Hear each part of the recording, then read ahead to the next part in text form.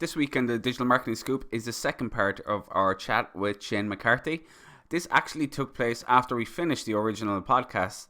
But what had actually been happening in the previous few podcasts is we'd been having these really interesting conversations with people after we'd stopped recording. So we finished the podcast, but we told Shane, look, we're going to keep recording, but we'll just chat away. And it turned into a great conversation around, consistency and content creation.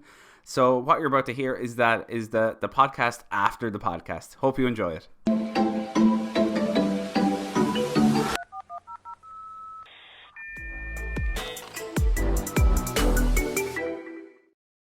How have you all been finding doing the podcast side of things? I know that you seem to be doing like the perfect play of like, so you're doing the video part of it, you're doing the audio, and you're like being able to mix and match everything. And then I guess for whatever reason, I'm seeing a lot of Jen's, the rest of your video content that you're putting up doing yourself. But I'm curious as to like, what's the response been like? And, any kind of advice in terms of leads coming into us? Yeah, I guess, leads and all, like the branding side and everything else. Yeah. In fairness, it's been fantastic. There's a couple of really good aspects to it. I suppose number one is, from my point of view, if I go into a sales meeting, people feel like they know me already because they're consuming the content the whole time. Number two, in terms of overall brand awareness, it's obviously fantastic. There's thousands of people seeing us across LinkedIn every week. But that has a knock-on effect as well in terms of there's more brand searches in Google. It helps SEO. Because brand is so important around the SEO side of things now as well. And then there's definitely, there's a marked increase in terms of people contacting us through LinkedIn and more leads coming in through the phone as well. Sure, yeah. So it does work very well. But there's in fairness, Jen puts a massive amount, the amount of work that goes into it. Getting the amount of content out every week is crazy. But like it works out threefold for us, because we sit here for 20 minutes and we'll record an episode like this. We probably get 4 or 5 video clips from it realistically for LinkedIn throughout the week. We can get the full podcast transcribed then, and that works perfectly as a blog post then with the video embedded in the top, and that's doing quite well for search results. So we're actually hitting 3 things in one 20-minute session. Now, of course, there's the hours of editing afterwards and the transcribing and everything, but actually and we're following up when someone hasn't like responded to your email on like the questions and all that other stuff. So there's all of that goes into it, but certainly it hits every content nail on the head in one go. Yeah. Is it something you're thinking about doing yourselves? It has come up in like conversation. So like, funnily enough, we did start doing some of the LinkedIn video stuff, and it was just like, it's mainly been us just messing around in the office type of thing. But like the views that a lot of those videos get, it's like, 15,000 views or whatever. And like the same thing that you mentioned, Mark, in terms of like people coming in during the sale, or, when you're doing sales side, like, people know you, or like, they feel like they know you a bit more, or just kind of like puts a face to the name, or it's anonymous. And especially when you get like so many random LinkedIn requests over the last couple of years and stuff, and you're just like accepting all of them, like you've never met a bunch of these people. So it's like, oh, now like it removes the whole part of like, oh, you're Irish, or oh, you're actually pretty tall in person, and this kind of like removes a lot of that stuff, which is kind of funny, removes the kind of anonymity to it. But on the other hand, then I've talked to a couple of people that have done it, and they're like, I did like 15 podcasts, and I'm averaging 10 downloads per podcast. And then it's like, oh, okay. I think it's not overnight success. No, it's a long game, and consistency is the key. Yeah, like we've seen majority of our results since January, and we've been at it since last May. Yeah, every single week, and we've not missed an episode. Like every single week, there is one going out. Yeah. So it's a commitment. There's no doubt about it. It is, but I think it's definitely in the B2B space. 100% in the B2B space. It's definitely worth it.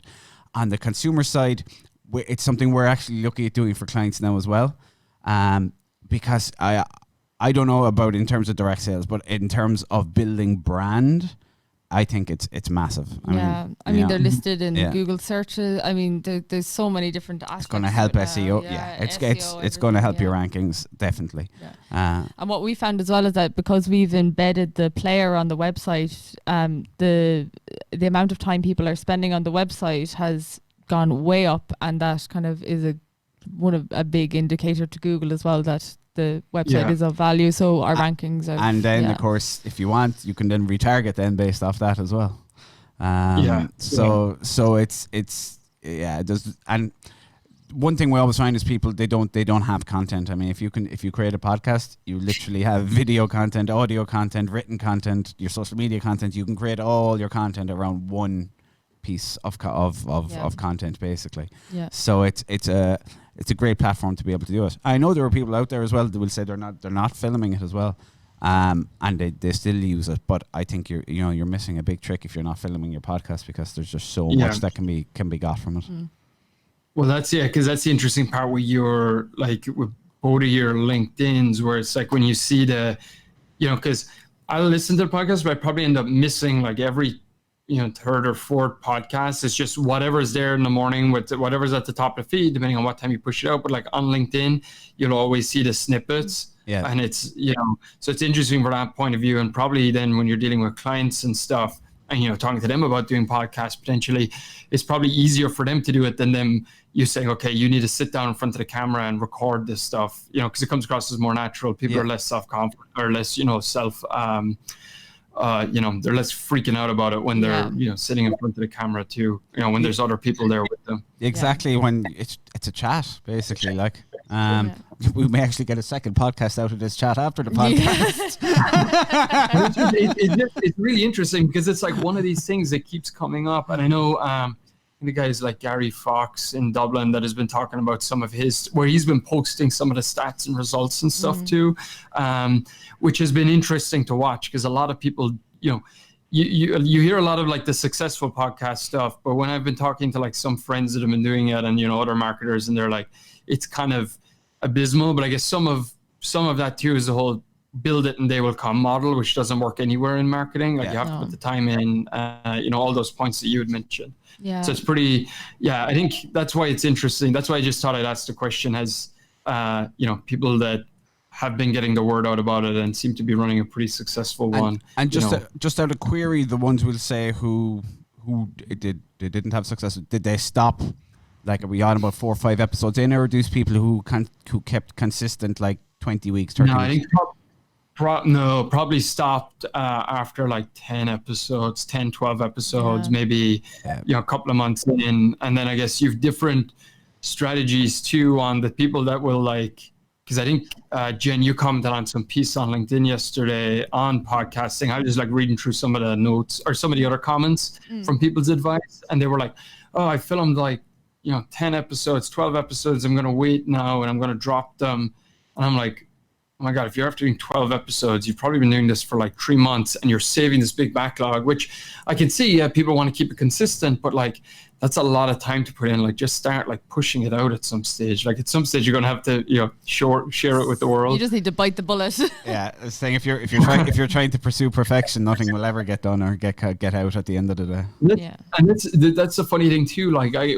So we do LinkedIn videos in the office where we just talk to different staff members because a bunch of them have been in the military, they've come from other startups, they've been military spouses. So it's this whole gamut of different experiences. And it's funny, the first video that we did, so it was me with our chief product officer, Craig, it took probably 6 or 7 takes because it was just we were muttering over things. We were okay, that doesn't look good, that doesn't look good. Whereas now, we're only 7 or 8 videos probably in. It's funny, you're just you stutter, but you're just oh, just keep rolling with it. Who cares? Let's just get it up and let's get it pushed out. We don't want to spend an hour doing this video. You know what I mean? It's a 90-second video, but even the response rate to those alone has been pretty amazing. Yeah, it's more natural, it's more real. People even probably relate to it more as well. So it does. Just get the content out there. People, and you see it, and we even see it with clients as well, where they want this way to be this way and really specific stuff that make the logo bigger, going to make zero difference. But that's us again managing expectations. But the main thing in today's marketing world is pushing content out there and pushing it out there at volume.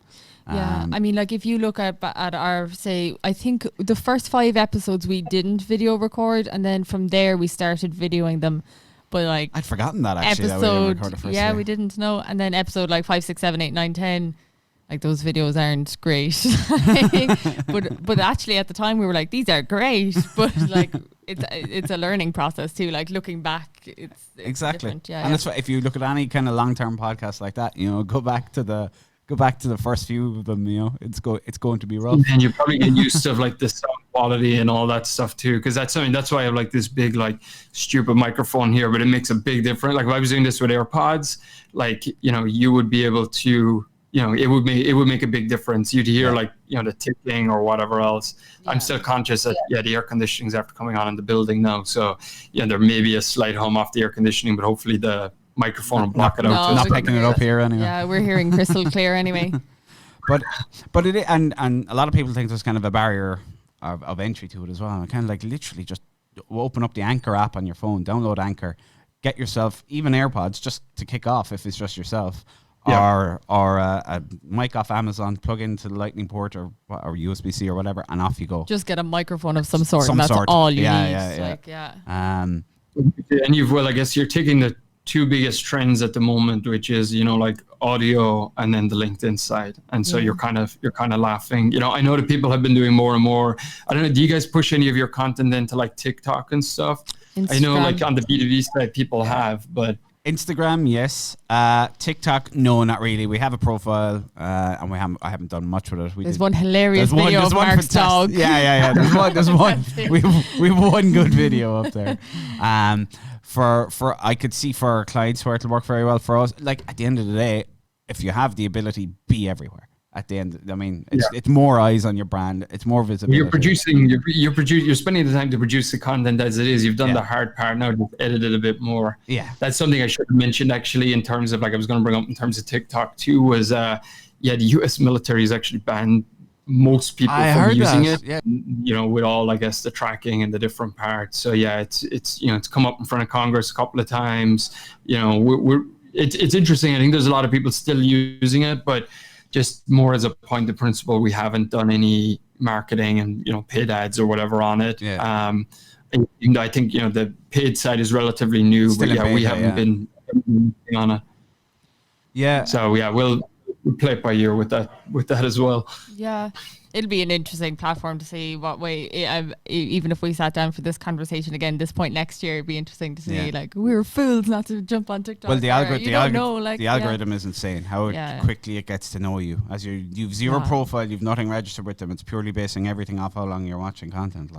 And they're only 15-second videos, and it just knows within half an hour what you want to see. I think as well, like it's fine if people are like, you know, if they're just honest with themselves that, hey, you're wasting a lot of time on this. I was talking to one of the guys in the office, they saw him on it a lot. And I was like, dude, I'm like, how much time do you waste today on like TikTok? He's like, oh, like it's good. Like, look at this. I can like learn to dance. He's like, I'm learning how to dance. Like, so I'm getting married at the end of the summer. And I'm like, dude, you better be like first guy on the dance floor for the whole thing. Because I'm like, you've been watching these videos for like so long. You're spending like, you know, an hour a day watching them. So it definitely sucks you in. Yeah. No, it does. It's addictive app. It's for me. It's by far the most addictive social media platform out there at the moment. Anyway, that's for sure. I think. Yeah, and I'll leave it off my phone for the moment. So I'll be watching people dancing for an hour a day. Yeah, we'll have you on the podcast next year, and you'll be pulling on them. I could come in and do it in your studio in Cork. There we can do one live. Yeah. Do you come home much actually? A bit. So I was home for about 3 weeks over Christmas. So I worked for a bit and then, you know, took some time off. And then I actually have, between my wedding at the end of the summer and then 2 cousins. I think as well, like it's fine if people are like, you know, if they're just honest with themselves that, hey, you're wasting a lot of time on this. I was talking to one of the guys in the office. They saw him on it a lot. And I was like, dude, I'm like, how much time do you waste today on like TikTok? He's like, oh, like it's good. Like, look at this. I can like learn to dance. He's like, I'm learning how to dance. Like, so I'm getting married at the end of the summer. And I'm like, dude, you better be like first guy on the dance floor for the whole thing. Because I'm like, you've been watching these videos for like so long. You're spending like, you know, an hour a day watching them. So It I don't definitely know. sucks you in. Yeah. No, it does. It's addictive app. It's for me. It's by far the most addictive social media platform Yeah. out there at the moment. Anyway, that's for sure. I think. Yeah, and it's I'll leave it off my phone for the moment. So I'll be watching people dancing for an hour a day. Yeah, we'll have you on the podcast next year, and you'll be pulling all them. I could come in and do it in your studio in Cork. There we can do one live. Yeah. Do you come home much actually? A bit. I was home for about 3 weeks over Christmas. I worked for a bit and then, took some time off. And then I actually have, between my wedding at the end of the summer and then 2 cousins are getting married June and July too. So hopefully there'll be no coronavirus scare or anything at that stage because I've spent a fortune between my own wedding and flights back for those weddings. So I'll come home anyway, I guess, and we'll find some excuse to go for beers and stuff. But we'll see. But so generally I'll come back once or twice a year, but it'll be a bit more now with weddings and stuff this year. Lovely. Yeah. Very good. Very good. Shane, absolute pleasure, man. We literally just did a second podcast. Shane, legend, awesome, man. Guys. Thank you. Thanks so much. Thanks. We'll chat to you soon. Cheers. Bye-bye. Talk to you soon. Bye-bye. Bye-bye. Bye-bye.